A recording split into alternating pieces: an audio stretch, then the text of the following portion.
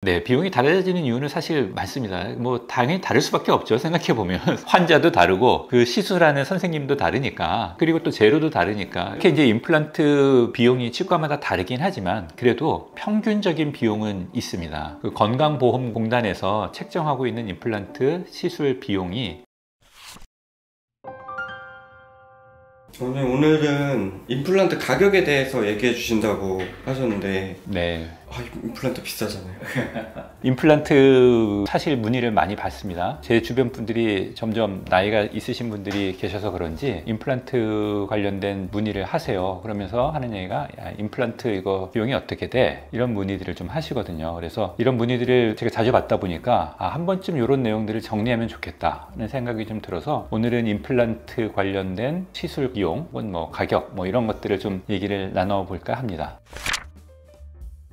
임플란트 가격이 천차만별이잖아요. 네, 좀 병원마다 차이가 많이 나죠. 왜 그런 차이가 나는지 간단하게 알려주실 수 있나요? 임플란트 비용이 병원들마다 많이 차이가 나는데요. 많이 차이 나는 곳은 한 비용이 2배, 3배 이렇게 차이 나는 곳들도 있더라고요. 그래서 저도 그걸 보고 참 되게 신기했는데 왜 이런 것들이 있을 수 있는지, 또 그런 것들은 어떠한 특징을 가지고 있는지를 좀 한번 여러분들에게 설명을 드리고 그걸 조금 이해하시고 치과를 선정하시면 임플란트 시술 받는데 좀 도움이 되지 않을까 싶네요. 그래서 우선 임플란트 비용을 좀 이해하기에 앞서서 임플란트 시술이 어떻게 이루어지는지, 그리고 임플란트의 구성은 어떻게 되는지를 좀 이해하실 필요가 있는데요. 우선 임플란트는 잇몸뼈에 식립되는 기둥 역할을 하는 부분이 있습니다. 인공 치아 뿌리 역할을 하는 거죠. 그거를 픽스처라고 합니다. 그 픽스처가 있고, 그게 이제 잇몸뼈에 식립되고 난 이후에 그 위 상부에 어버트먼트라고 하는 지대주라고 하는 기둥이 올라가게 됩니다. 그리고 이 기둥은 그 위에 올라갈 크라운, 상부 보철물과 픽스처를 연결하는 구조물인데요. 그래서 이 어버트먼트라는 구조물이 있고, 그 다음에 그 어버트먼트 위쪽에 우리의 이제 치아 형태를 갖는 크라운이라고 이루어진 상부 보철물로 이렇게 크게 3가지 방식으로 이루어지고 있기 때문에요. 이 각각의 재료 비용들이 이제 발생이 되겠죠. 임플란트 이 시스템에서 픽스처하고 어버트먼트는 보통 이제 동일한 제조사의 제품으로 보통 사용이 되게 되고요. 그 이후에 상부 보철물은 우리가 기공소에서 작업을 해서 갖고 오면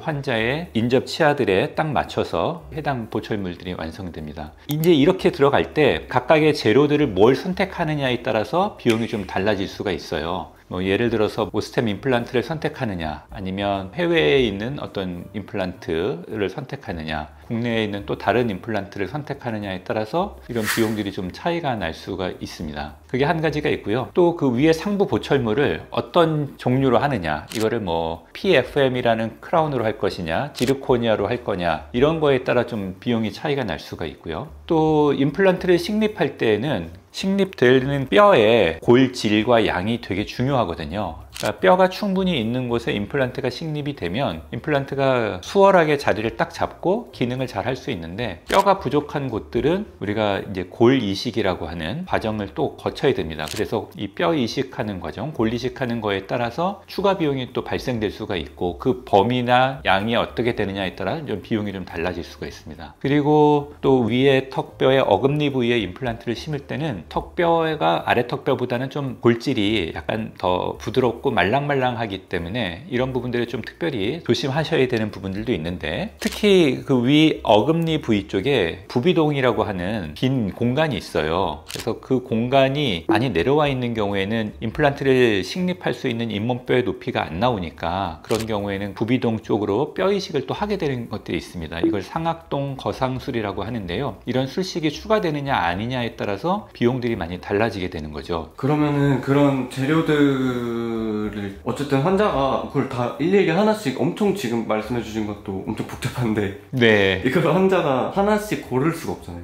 네, 그래서 이 부분들은 사실은 이제 임플란트를 식립하려고 치과를 방문하셔서 담당 치과 선생님하고 좀 상의를 하셔야 됩니다. 그러면 나의 잇몸뼈의 상태, 그리고 임플란트 식립을 해야 되는 개수라든가 이런 것들이 의사들마다 좀 견해가 다르거든요. 그래서 그런 것들이 어떻게 치료 계획이 수립되느냐에 따라서 당연히 비용이 달라지게 되죠. 되죠. 그래서 예를 들어서 뭐 이쪽에 치아가 5개가 없어요. 근데 어디를 가면은 그걸 5개를 다 식립하자고 할 수도 있고, 다른 치과를 가면 뭐 3개를 식립하고 나머지 크라운으로 그 부분을 해결을 하자라고 할 수도 있기 때문에 이런 것들이 이제 치과마다 비용이 다 달라지게 되죠. 그리고 또 동일한 개수의 임플란트를 식립한다 하더라도 그 심는 의사 선생님의 뭐 숙련도 혹은 경험 이런 거에 따라서 또 좀 비용이 달라질 수도 있고요. 비용이 달라지는 이유가 되게 많네요. 네, 비용이 달라지는 이유는 사실 많습니다. 뭐 당연히 다를 수밖에 없죠. 생각해 보면 환자도 다르고 그 시술하는 선생님도 다르니까, 그리고 또 재료도 다르니까 이 팩터가 너무 많아요. 그래서 달라지게 됩니다. 그러면 이러한 것들을 이제 고를 때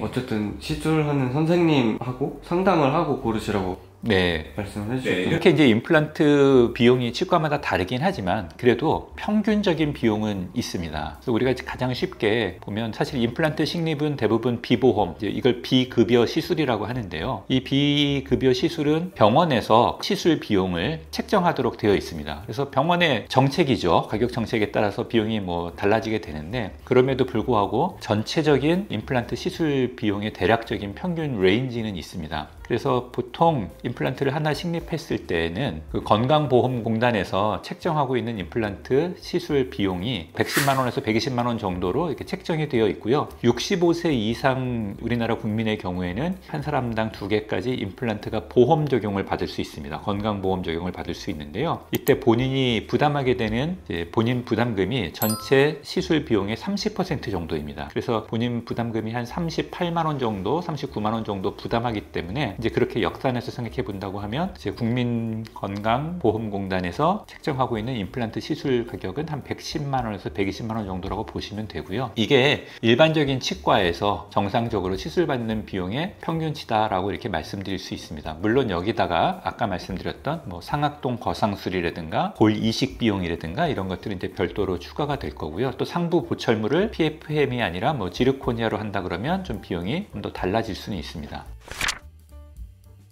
대표님, 그 공장형 치과나 이런 곳들 있잖아요. 그러니까 손님이 엄청나게 많은 그런 상업적인 치과. 근데 그런 치과에서는 임플란트가 엄청 저렴하잖아요. 네, 엄청 저렴하죠. 사실은 요즘 너무 저렴해져가지고 가격을 말씀드리기는 좀 쉽지는 않은데 많이 저렴한 곳들이 있습니다. 그런 곳들의 특징이나 그게 꼭 나쁜 걸까요?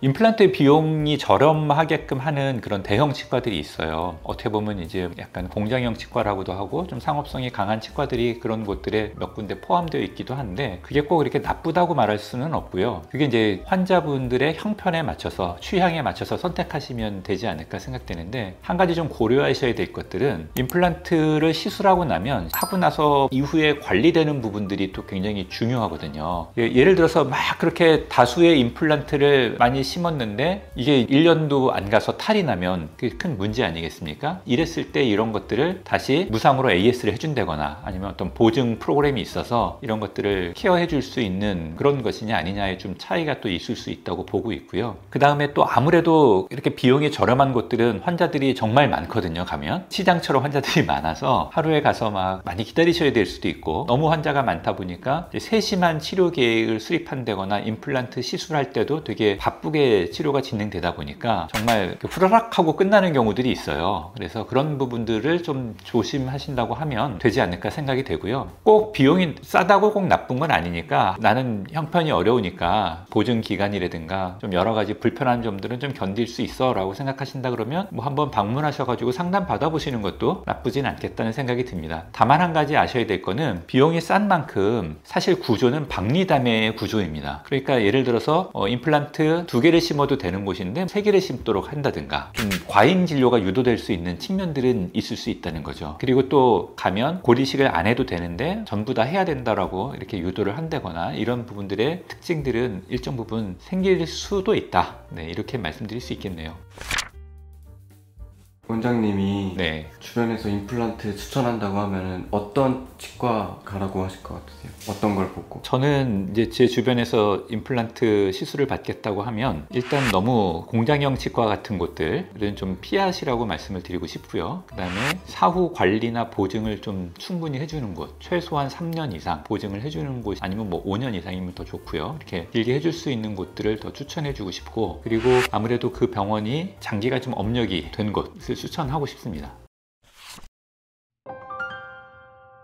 오늘 임플란트 비용에 관련돼서 여러 가지 내용들을 말씀드렸는데요. 임플란트 비용 많이 부담스럽고 걱정스러운 건 사실입니다. 그래서 가능한 저렴한 곳들을 선택하실 수도 있고요. 또 제값을 주더라도 잘하는 곳에 가서 하시겠다는 생각을 하실 수도 있습니다. 임플란트 시술하는 병원들이 정말 많으니까 충분히 알아보시고 본인 형편에 맞는 그리고 자신의 스타일에 맞는 치과와 함께 임플란트 시술을 진행하시면 앞으로 건강하게 치아들을 관리하고 맛있는 거 음식 편안하게 드실 수 있지 않을까 생각합니다. 네, 이상으로 제가 오늘 임플란트 비용에 관련돼서 안내를 드렸고요. 이 영상이 도움이 되셨다면 좋아요, 구독 부탁드리겠습니다. 감사합니다.